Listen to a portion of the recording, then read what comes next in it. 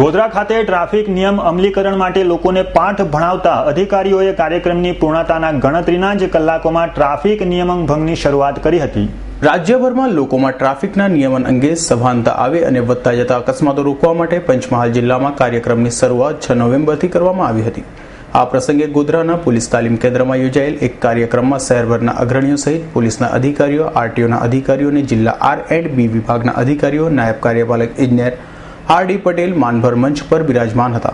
આ કાર્યક્રમ દરમિયાન ટ્રાફિક નિયમન માટેના ભાષણો પણ કરાયા હતા, જેમાં ટ્રાફિક નિયમનની શરૂઆત પોતાનીથી જ કરવાની ભારપૂર્વક વાત પણ થઈ હતી। ટ્રાફિક અંગેના કાર્યક્રમને માત્ર ગણતરીના કલાકો વીત્યા હતા કે સરકારી બાબુની ગાડી ટ્રાફિકના નિયમોના ભંગ કરવા બદલ ટ્રાફિક પોલીસના સકંજામાં આવી હતી, જે સરકારી ગાડીમાં બિરાજમાન નાયબ કાર્યપાલક ઇજનેર સાહેબ હતા, જેઓની ગાડીના ડ્રાઈવર સીટ ઉપર સીટ બેલ્ટ હતો જ નહીં। ઇજનેર R.D. પટેલ સાહેબ, જેઓ કલાકો પહેલા લોકોને ટ્રાફિકના નિયમોના પાલન મામલે આપતા પ્રવચનના મંચ પર બિરાજમાન હતા। હકીકત તો એ નીકળી કે સાહેબની જ ગાડીમાં સીટ બેલ્ટ હતો નહીં અને સાહેબને પૂછવામાં આવતા પહેલા તો કેમેરાથી મોઢું છુપાવવાની કોશિશ કરી હતી, ત્યારે હવે સીટ બેલ્ટ લગાવી દઈશું એમ જણાવ્યું હતું। સાહેબ, આપણા ડ્રાઈવરે બેલ્ટ બાંધેલો હતો? મને ખબર નથી લેતી।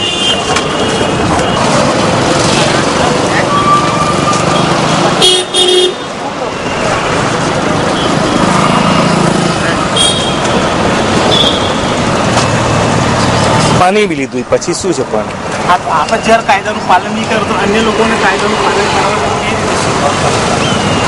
આ મોટો ભંગ કર્યો છે આપે। સાહેબ, શું કહેશો આપ? ખરેખર આપની ચૂક થઈ છે ખરી? એને નવો નખાવાનો છે, વાત થઈ ગઈ છે, બરાબર છે? ક્યાં ક્યાં ચૂક થઈ છે? તમે જે કીધું છે એ 10 મિનિટથી સાંભળું છું, તમને મેં કીધું કે ઓકે, પછી શું છે? તમે એના માટે ટાઈમ તો જોઈએ કે નહીં? ઓકે સર, આપનું નામ અને હોદ્દો?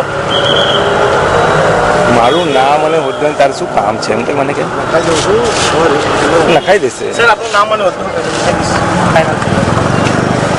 R.D. પટેલ, નાયબ કાર્યપાલક ઇજનેર, માર્ગ અને મકાન પેટા વિભાગ, ગોધરા।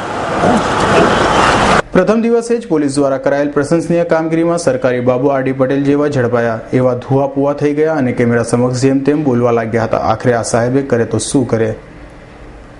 અને ભગતનો રિપોર્ટ S9 ન્યૂઝ, ગોધરા।